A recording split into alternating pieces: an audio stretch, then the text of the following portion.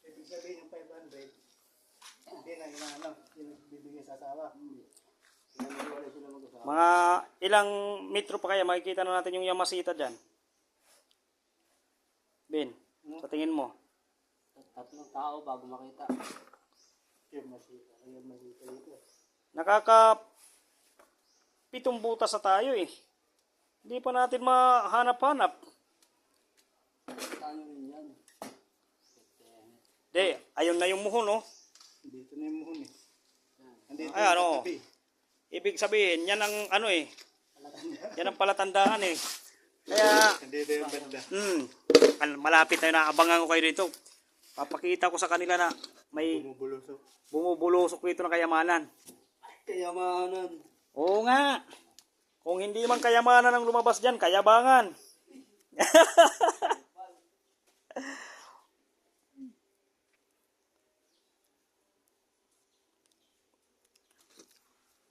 Ay nako. Kel, pag mahukay namin ni Marvin yung kayamanan, Bahala kayo mag-ate. Umati yan. Hindi, ikaw daw yung ano? Ikaw ang tagapagmana. ikaw ang tagapagmana sa scatter ko. Hindi na. Titiisan ako. Tapos sasabihin namin si Kuya na kapitan mo. Hindi na. Oo. Titiisin ko na ng anong balato. Okay talaga. No. Ganito lang. Tapos chat ko si Marvin na, Ben, sabihan mo lang kay bayaw mo bigyan si Eric. Kahit sa kanila na yan. Bahala kayo. Kasi papabasa na kay Eric. Oo. Ayun, sinabi ni Tito no. Kaya, Bigyan ka. Bayaw. Ang wala ko kayo. Imbal. Basta malapit na tayo sa kayamanan. Kayabangan, hindi kayamanan. Iwan ko lang kung pansinin ka pa. Nagdawang ko yun. Sabihin siguro ng bayaw mo, walang bayaw-bayaw sa akin. Pagpasok ko sa kanila, sino ka ba?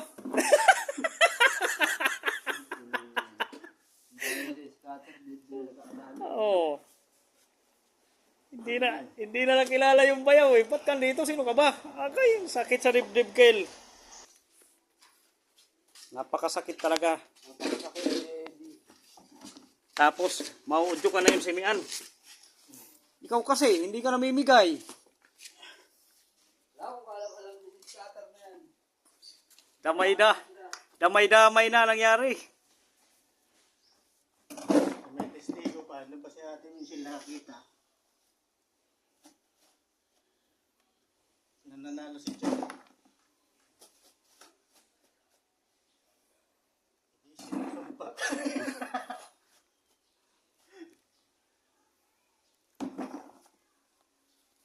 Isusumpa.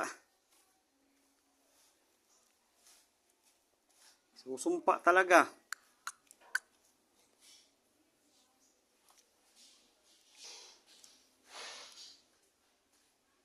Kasumpa-sumpa.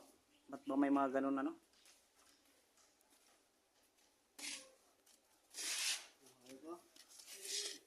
Kaya ko pa. Kun- Pa ako susuko. Kaya ko bubuhat. Tatakutin natin yun. Kunti na lang yan. Pagkatapos yan, uwi na tayo.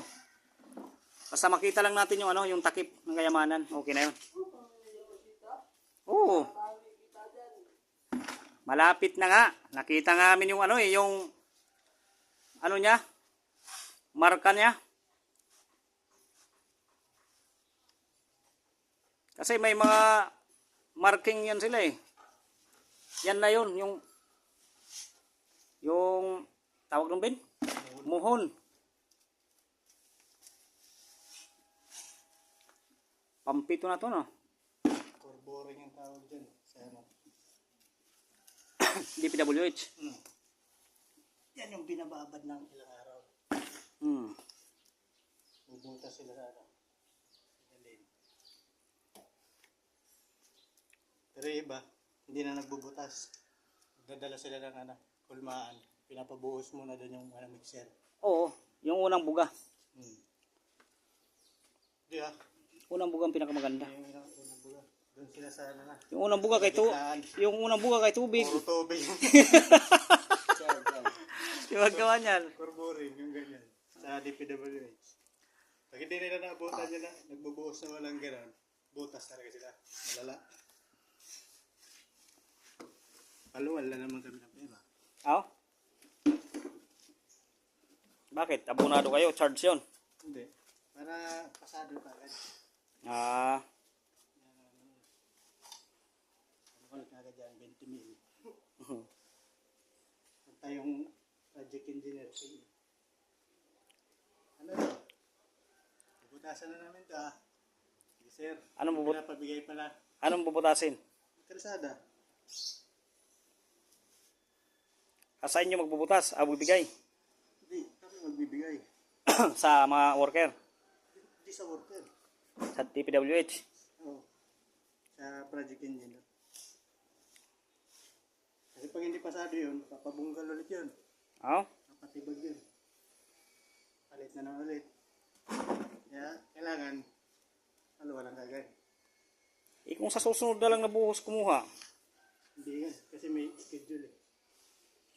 depende. Schedule nito buhos ito ngayon. Araw. Yan, ano na yan, 4 na hilera. Kailangan may sample ka na yan. Tapos kinabukasan, yun na naman doon. Ano ba yung ano nyo? By design din ba? Hmm? Pero design din yung timplada ng ano nyo? Oo. Sa concrete? Ilan ang pinakamataas? Ilang PSI ba? 1, 2, 3 yan. Ano ba? Mano-mano? Ito, sir. Hindi. Kung Ay, hindi yan. kung sa kalsada, hindi po pwede yung 3,000 PSI. Kasi ano eh. 111 yata yung ano. 1 kalahati. Tapos ano. Kasi may hardener pa yan na panghalo sa mga ano eh. May ano nga yan. May yung tawag nila na. Ang ano kasi, per design na kasi yan eh. Pagdating sa ready mix. May nahalo silang gamot. Wag lang magaya sa labor ko, pinakuha ko ng hardener, talaga ng pangmasilyang kinuha. Nagbuhos kami doon ng footing eh. Malala yung ano po. Sabi ko, sino marunong magmasilya? Alsa ng kamay. Wala yung pagod ko na. Right. Kita na naman na ano. Napakababaero mo. Manlalaki ka na lang, mabilis pa. Hindi na.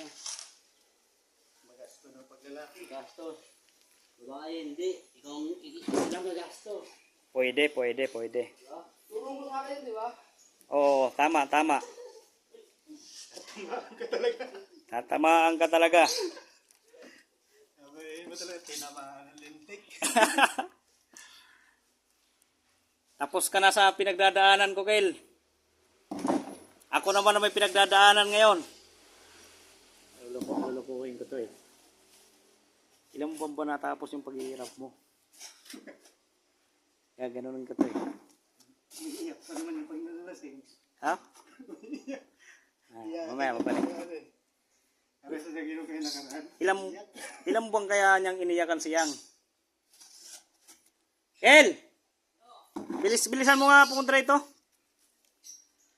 Ilang buwan mo ba iniyakan si Yang?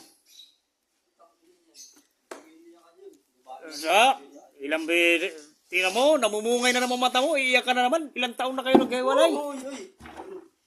Sabihin mo na lang na wag ko na ipaalala. Kasi gusto ko kasi malaman kasi yung Wala kang malalaman sa akin. yung pinagdaanan mo noon, pinagdadaanan ko rin ngayon eh. Kukuha na siya ng anak. Kukuha ko kung Gawa ng experience. experience kung paano Work experience. kung paano ko i-handle. Kumuha mo ng parang experience. Ganon. Oo. Para Babago mo tutunan. matutunan kung paano makamove on. Ha? Ilang balding luha ba ang bumuhos sa'yo? Marami ako nabubuhat. Ha? Hayaan mo yan sila, wala akong pakialam sa mga puwi na yan. Ang gusto ko malaman talaga kung ilang timbang luha ang binuhos mo kayang. Wala kang malalaman sa akin.